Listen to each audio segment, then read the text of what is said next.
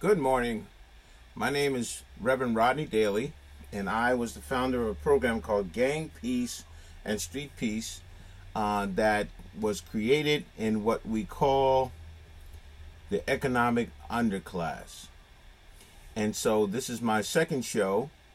I wrote a book. The book is called Gang Peace to Street Peace, The Untold Story. It's on Barnes & Noble and Kindle. I'm self-published. And the book is knowledgeable. It documents things that we've learned over 20 years of working with young people and adults who live in where I live, the urban community. One would call it the economic underclass. So let's understand that. At the beginning of each show, we want to make sure that we understand certain things. So number one, I'm videoing this. It's not interactive. At some point, I'll get to Periscope and Facebook live shows where I can get the hearts and the thumbs up, and those people who understand can take this information and go on with it. In the meantime, you can let me know whether you appreciate this show and its knowledge by still clicking on it when you see it on YouTube or you see it on Facebook as you watch it. I'll try and make it short. Most of the time the shows are 30 minutes long. You can look at it for a short period that you may have to watch it. But it's knowledgeable because what we've done is taken what we've learned from running 2 gang prevention programs in the city of Boston and participating in other programs around the country and identified areas that are being ignored by policymakers. So that's the reason for this show. It's called Gang Peace to Street Peace, The Untold Story. The last time we were on, we talked about stop and frisk and where it came from and who is actually benefiting from it and who is not benefiting from it. So today we're going to follow that up with what truly exists in the urban community and what we call the economic underclass. First of all, the economic underclass is a class that's been defined by the United States. If you don't know that, we have high class, we have middle class, we have low class, and then we have the underclass, which is not talked about a lot. And the underclass is where we have a lot of people figuring out how to generate revenue any way they can, whether it's selling drugs or stealing or prostituting or 3-card Molly, or gambling, or running scams, hanging paper, cashing somebody else's checks, or figuring out how to generate money legally, like starting check cashing places, opening up clothing stores, sneaker shops, selling fruit in trucks, whatever can generate a demand for revenue, that's what's happening. But the part that I want to talk about today is what developed in the underclass. The underclass has been a place that's been used as a feeder tank for the prisons. Individuals, when we talk about mass incarceration, when we talk about Michelle's book, Michelle Alexander, who wrote the new Jim Crow book, we're talking about mass incarceration. There are many, many books that were written before she wrote her book, but her book has been the one that sort of was the straw that broke the camel's back to be able to get people to read some of those other materials as well, to educate yourself. Educate yourself. You have to think. We have to think. We can't just be taught something and not think about what we're being taught. We must have questions about what's being taught. Is this thing you're teaching me real? Did you make it up just as an individual? Or does this come from years and years of research that many, many hundreds of researchers have looked at this issue and documented research? And that's what this book is all about. This book is about research that was done from the street, but also other individuals' research that was done from 50, 60, 70 years of work watching a situation, showing a situation. And that's why it's so important to know our history and know how things got the way they are, so that we can plan initiatives that can get us out of this situation. So the economic condition of the underclass stays the way it does because when people make money in the underclass, the first thing they want to do is move out, because I want to live better than I'm living over here. I want to be able to walk my kids down the street without them getting shot. I want to be able to get my kids to good schools so that they can learn how to survive in America, how to build companies, not just work for someone else, but to create companies where someone can work for them. And unfortunately, what happens is they move out of the urban community, out of the underclass, which we call it black flight. The same with white flight, because the white flight are people who were white, who were becoming middle class or had better jobs and were able to climb that ladder. And they said, well, I want to live in a better community too. I want to live someplace where I can have my own home and a lawn, and I can run in the house and get a cup of lemonade, and I come back and my lawnmower's still there. So things like that, or I become successful in the music industry, and I make a lot of money, and I want a nice $1 million house or more, and I don't want someone to walk by my house every day and fall on the fence, and here I am in court. They trying to sue me because that's the only way they can see that they can make some money. So we have black flight. Leave the community. Leave. I'm getting out of this trash can, and I'm going to try to bring my families with me. I'm going to try to bring my cousins and nephews or whatever with me. In the meantime, I got some friends that's still back there, so if I'm making money and they still doing what I was doing with them, I'm not going to abandon them. So in my mind, I'm going to give them some money so they can do what they're doing bigger and better. Later on, they can tear me off. Now, is that right or wrong? You have to stop and say, listen, we have to understand the condition that we're in and how we got here. Not to blame someone, but so that we can get out of it. So this message today is for individuals who may be still actively running their own individual entrepreneur business, but their business may be an illegal business because that's the only business that they could create in the underclass. In the underclass, once again, we have a lot of illegal behavior. A lot of people dropped out of school. They're not going to get the regular job. The low-skilled labor jobs are gone overseas, which is what you keep hearing our president talking about, Trump. He's going to bring those jobs back, but for who? For who is he bringing them back for? Now, some African Americans may get a job in some of these low-skilled labor jobs. $15 an hour, $16 an hour is better than what you had. Go to work, please, because I'd rather you go to work than to go to jail and work for like 50 cents a day or a week, because you're locked up. So get the job, but there may not be a lot of jobs for the urban community. We don't know that. Just like when we heard about this recent carrier company that, President Trump said, hey, I'm going to help them keep these jobs here. And then later on we find out there's 1,000 jobs here, or there was 800 jobs that were kept here. And then it turned to 1,100, but those were never leaving in the first place, and all this old crazy stuff. So our urban community is made up of a lot of creative, unemployed, poor people who figured out how to sell drugs, sell clothes, sell something, steal something, rob somebody, do something to eat. Now, one might say, well, that's immoral, it's wrong. Yes, it is. And we need to learn how to live a better life.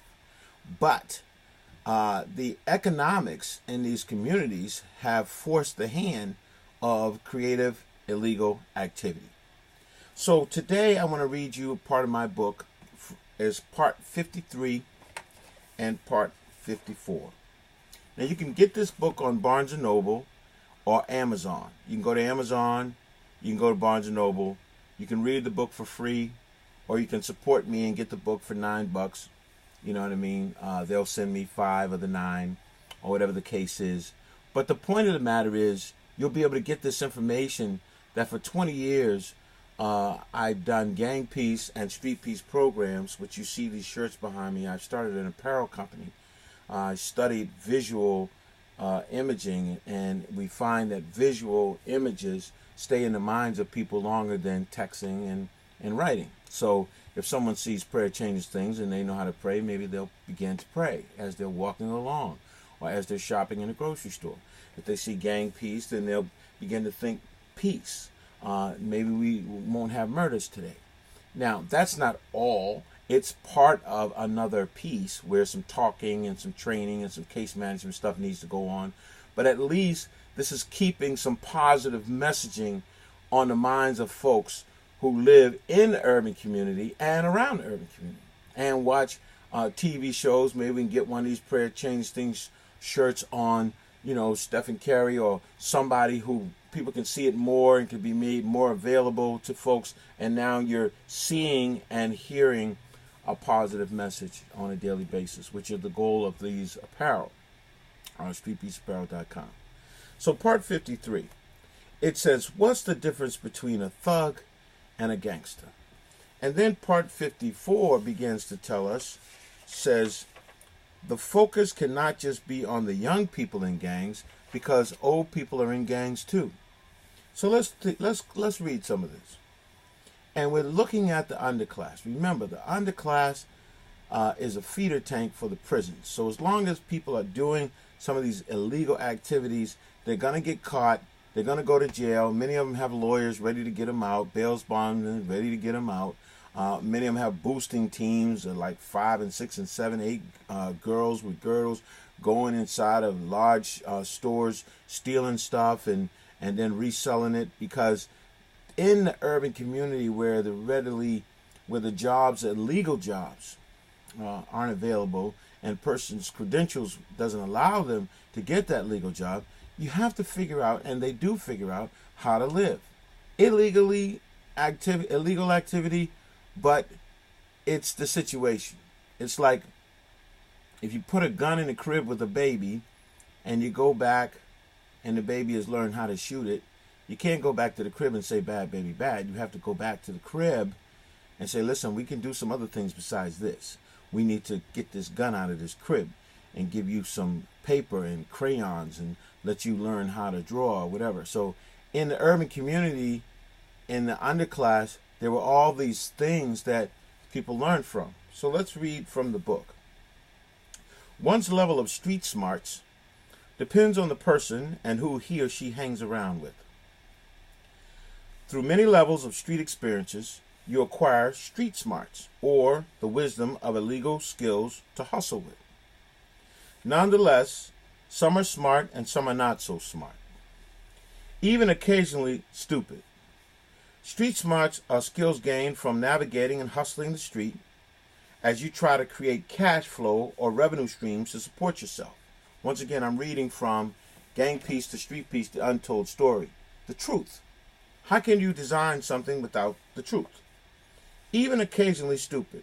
Street smarts are skills gained from navigating and hustling the street as you try to create cash flow and revenue streams to support yourself. Remember, economics is supply and demand, which equals cash, no matter which side of the law you're on. Street hustling represents illegal activity which nets a person ill-gotten gains. A thug is sometimes creative, but mostly mentally lazy. One who wants the easiest way to get paid.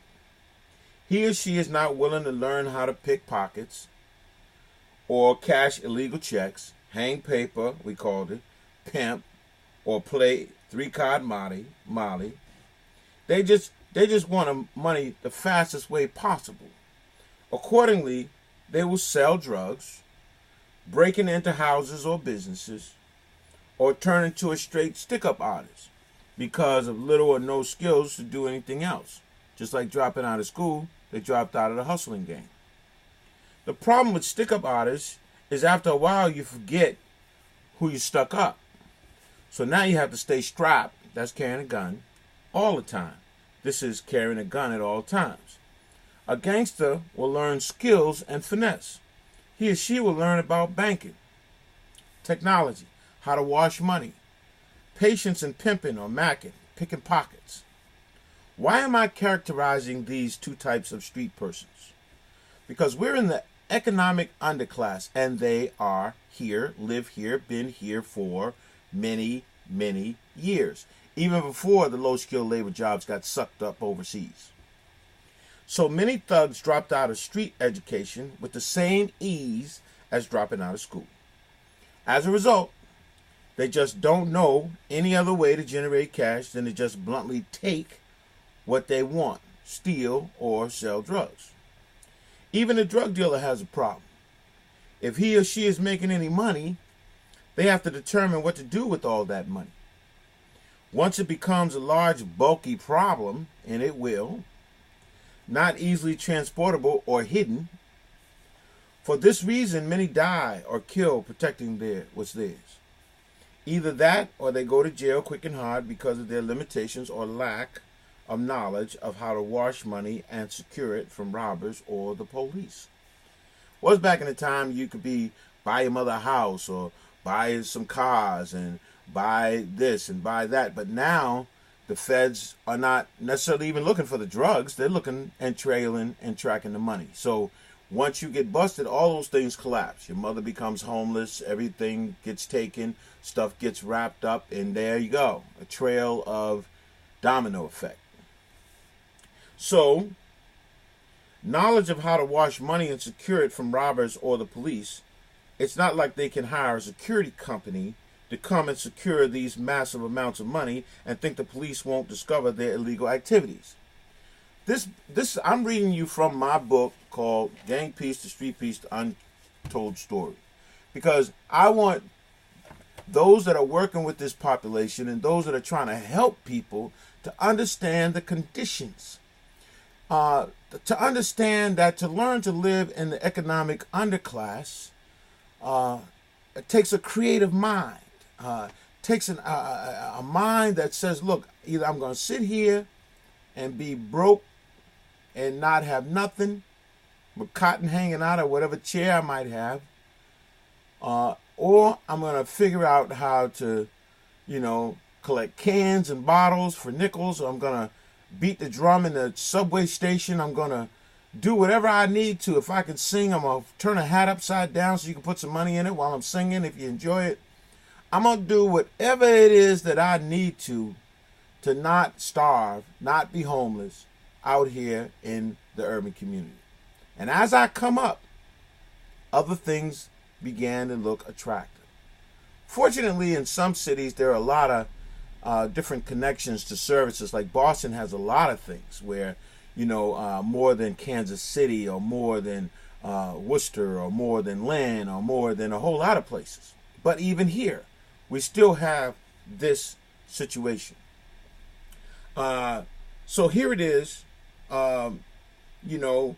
if I'm making a massive amounts of money and think the police won't discover their illegal activity, so what they're doing is figuring out ways to sheetrock it in the wall or put it in tires or do whatever they need to, because you can't even deposit $10,000 in the bank without having to fill out a form or something. So, and everybody is not in that situation. Just think, maybe a gangster was smart enough in the game not to kill anyone personally, because he or she could have a thug or misguided youth to do the killing. Or maybe a person was smart enough and learned how to flip a dollar and double or triple it by selling marijuana, cocaine, heroin, even guns and bullets. So you remember some of y'all who saw the episode The Wire that describes some elements in Baltimore which exist in many, many cities across. And there were people that made a profession out of murder. And they would put bodies in abandoned buildings, and they'd figure out how to pour bleach around them or whatever so the scent wouldn't come out, and they could continue to add to that collection. But they were getting paid to be assassins. So every piece of the community in the economic underclass has an opportunity for business. So here we go. On the other hand, maybe a person was not that smart at all and didn't have as many choices or opportunities as they thought. Or they had opportunities but didn't know how to take advantage of them. There are also gangsters who are more intelligent than thugs That's just how it goes. Since they take the time to learn things. Some even go to college. By the way, depending on the group, many gangs are composed of grown adults. Simply those same youths who are now grown up. So there's some that's getting away with murder. There's some that's going to jail for life. There's some that's making a whole lot of money. There's some that's not making much money at all. There's some that's running from the street because they done something they shouldn't have that has to do with street rule. And there's some that's running from the police. So at the end of the day, let me get to part 54 because I don't want to run out of time and I want to lose you. And you say, well, this guy talks a long time, but the information he's saying is useful. Or I challenge what he's saying. You know what I mean? Either way, you can write me a little note, you know. And you can go to, well, I have a blog. And the blog is at Gang Peace to Street Peace. Or, I know, it's backwards. But it's Gang Peace to Street Peace. And then there's a dash, .wordpress.com. Gang Peace to Street Peace .wordpress.com. So here's part 54. The focus cannot just be on the young people in gangs. Okay, black, white, Hispanic, whatever. And, you know, in Boston we hear about gangs. In other cities we hear about gangs, but we never hear about the white gangs. There's white gangs. You know what I mean? We hear about a motorcycle gang, that's about it. But here in Boston, we know in South Boston there's gangs. And we know that there's gangs in Dorchester. There's gangs in Roxbury. They may not want to call themselves that anymore. And then in some cities, they're going to call themselves whatever they are. Crips, Bloods, Gangs, Disciples, Latin King, whatever. You know, the focus cannot just be on young people in gangs. So you could be attacked by a thug. He or she may use a gun to stick you up for resources in the urban community and outside of the urban community. They might put the gun to your head and demand whatever it is you have in order for them to survive. To have money, food, buy new clothes, or more drugs. Then again, it may be that they just have something to prove, their manliness, their attitude, their commitment to the gang. Now listen, I founded a company called Gang Peace. We ran for 20 years in the city of Boston. What we were doing was helping individuals get up out of the economic class of the underclass, helping them find jobs, helping them when they get out of prison to not go back for recidivism, helping them to see that, do this person need to die for this? You know, because today, a lot of people dying for, like, you looked at me, you stared at me. So that's that. Now it's on. You know, mental illness is running rampant. So there's a whole lot of issues. They may kill you so you don't tell or return and wreak vengeance by killing them. The street has clearly become more deadly, and in some areas, life has little value these days. As a minister, as a reverend in the AME church, I would argue that the prince of evil, Satan, and his demon army are controlling the violent youth and adult population. They have no defense against him. Only the Spirit of God can control Satan and compel evil demons to release these wayward youths and adults, sort of like, let my people go. But if the Christians don't go out there and pray, if they don't go out and lay hands, if they don't go out there and bless blocks, then we don't have no defense. Because we already know that the Prince of Evil is running a lot of the illegal stuff and most of the illegal stuff in the world. Now, God is in control of everything. So sometimes things happen. Okay? A lot of y'all have seen the Bible story. And you've seen Moses have the staff. And he opened the Red Sea. And the Red Sea opened. And the Israelites went through because, you know, God said, let my people go. And so, therefore, he wanted, Pharaoh to let the Israelites go from slavery. And so when they got to the Red Sea, he opened the Red Sea so they could go through. You saw the movie, and all of the Israelites went through. But what you may not have paid a lot of attention to was when the water closed up, it closed up on top of a whole lot of hundreds of soldiers. And those soldiers had kids and families and everything like that. So the wrath of God is deadly. And we can't determine, what he will do about a situation. But we know that he's good all the time and he controls everything. So here we are. We need the church to step into the situation. I'm reading you from part 54 of my new book, Gang Peace and Street Peace, The Untold Story. I know a lot of people saw Gang Peace and said, oh, that's just about the Gang Peace program. It was down on Blue Hill Avenue. No, this is about concepts and wisdom that was gained from working with populations for 20-something odd years in the underclass. And some of these people may never have had the opportunity to learn a vocational skill, so they could enjoy essential self-reliance. They may not even speak English, be an American citizen, or were born here. Even if they enjoyed these privileges, perhaps inevitably they turn thug anyway. An evil and unshakable spirit have gotten control of them. I know few may want to admit that this is the case, but there are some who will admit it because there is truth here. For possession by an evil spirit is real. Research reveals that Chicago gangster, everybody heard of Al Capone. Al Capone dropped out of the 5th grade. You may not have known that, but he dropped out the 5th grade. The 5th grade. Was he a thug or a gangster? Now, actually, he was a thug prior to becoming a gangster. Now, a thug who had plenty of negative gangster role models as teachers and a willing student of wickedness.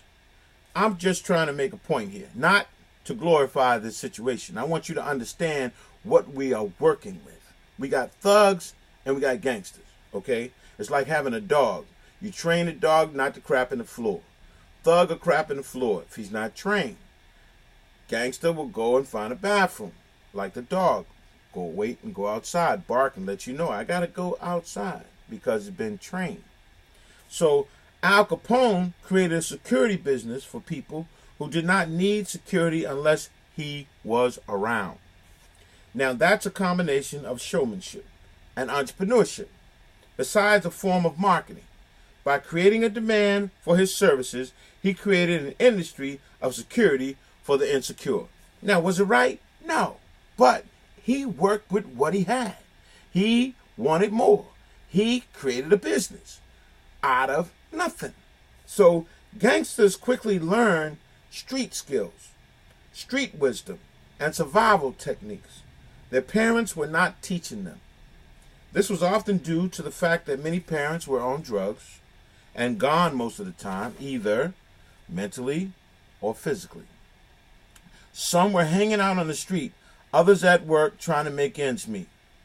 This is the untold story. Now, you're talking to someone for 20 years who did Gang Peace in the city of Boston. They were one of the first national gang summits around the country. I'm telling you from a front row seat that the subcultures of our community help to breed delinquent youth and adults now who actually breeded their seeds into the same situation. And the United States decided to pass a $33 billion crime bill to lock that situation up. And so they used the urban community as a feeder tank to fill the prisons. Now, why in fact is it that re-entering programs are diminishing? They diminish because on a larger scale, it increases the recidivism rate because they want to keep those beds full, because they're not going to stop doing prison business. They built and spent too much money in the brick and mortar. So now, many individuals coming out of prison said, listen, I don't want no parole officer and probation officer, so I'm wrapping up. So you can stop following me around, even though my name might be on some list in Gang Center in Tallahassee, Florida, because you label me a gang, or I might be in a gang.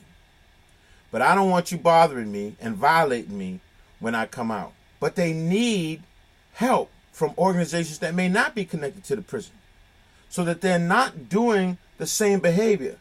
You know, everybody knows, you know, if you do the same thing, you expect the same result.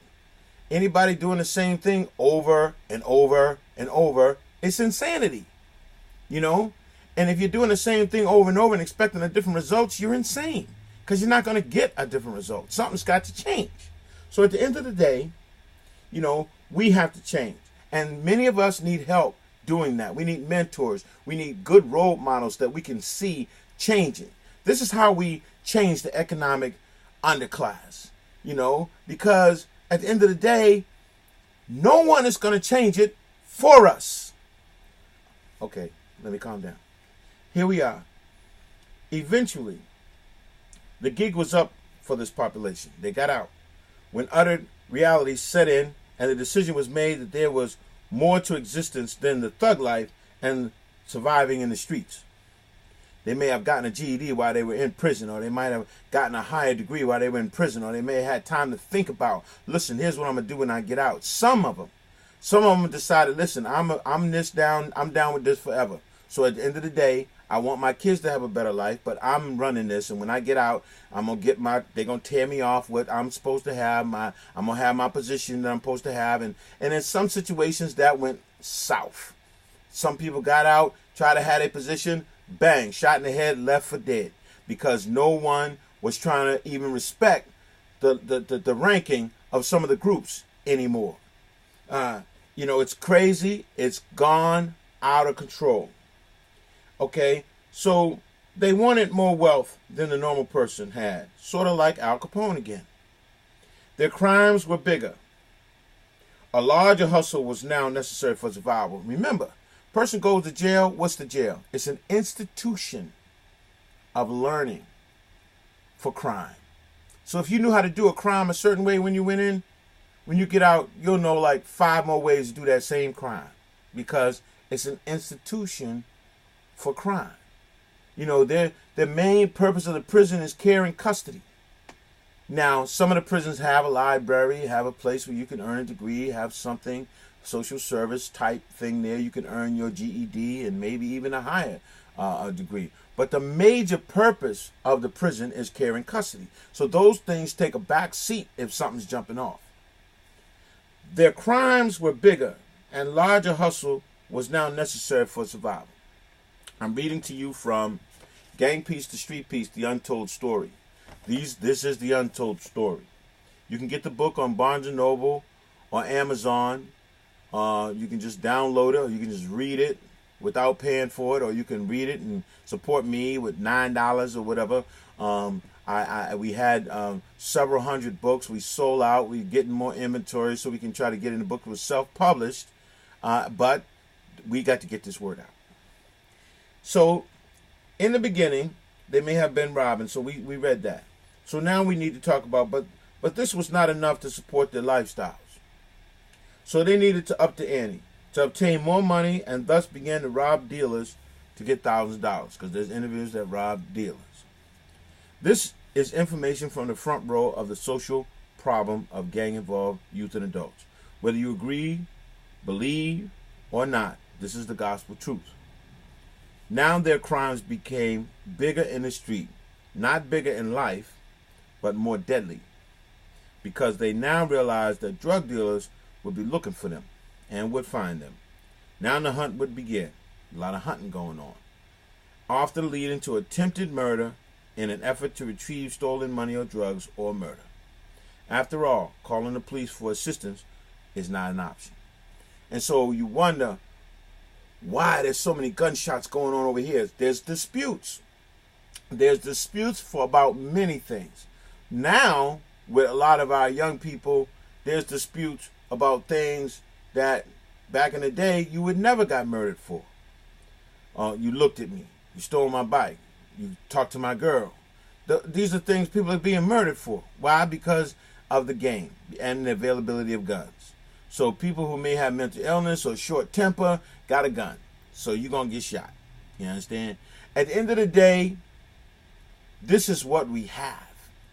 And we must understand that this is the mess we are in order for us to design solutions to change this situation. That's the reason for this show. To design solutions to help change this situation. Like I said in my last show, the same government that let this happen and built prisons as their solution is getting ready to lash out on urban communities across the United States with stop and frisk. Which means that you can, if you're black or Hispanic or some other minority, the likelihood of you, whether you're a professional or not, being stopped and patted for some reason, Whether it's because someone got some issues, and when they see you as a police officer, they are not going to tell you they have issues. They're just going to act out on their issues. Let me see your driver's license. Let me see. Oh, you're taking too long. Oh, what? You looked at me. Oh, get out the car now. Oh, wait, I need to pat you down. You look like you got a lump in your pocket. And so things like that you have to know your rights. Even when you know your rights, you have to be patient because you don't have a gun. And if you do have a gun, you're going to use it because you don't know if this is your last day.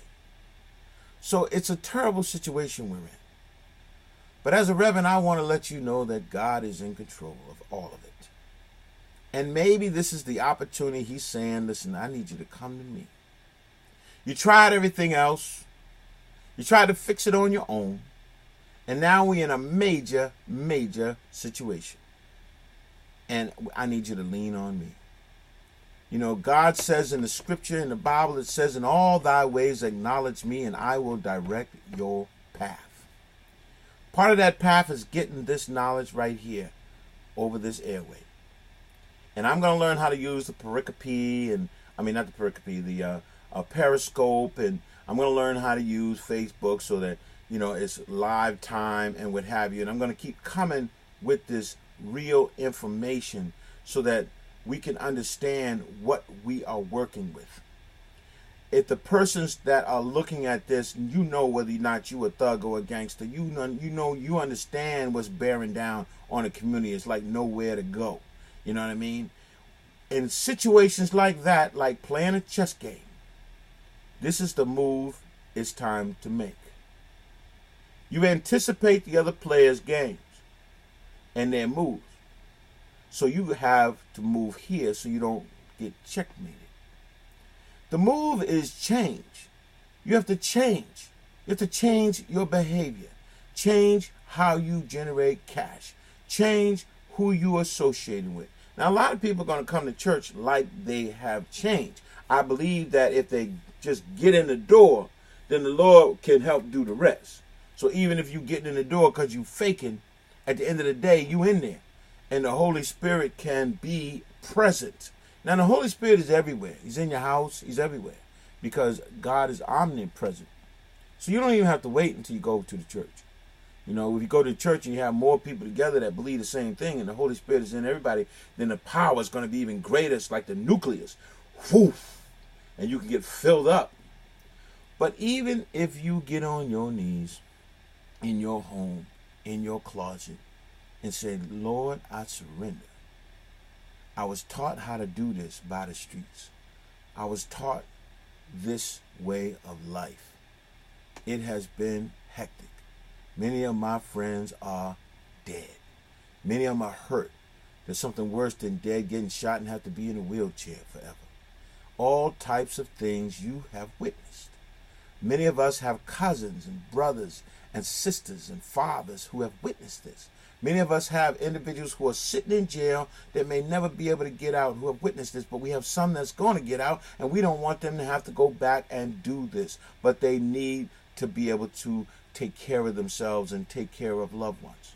Well, I believe that everything you see came out of here. This technology, this paper, this shirt came out of my head. Before I made a Gang Peace shirt, it was a thought. Everything you see, every car, every chair came out of someone's head. And we need some things to come out of your head. That's as simple as it gets. The combination to correct this madness is in here. And we need to make it a reality. That's what this is all about. So look, I've kept you long enough. I don't want to keep you hostage. I want you to come back another day. If you like what you heard, if it triggered something for you, if it made you think, you understand? Click like. Click something. Let me know. You know what I mean? And I'll be back in a couple of days. See you later.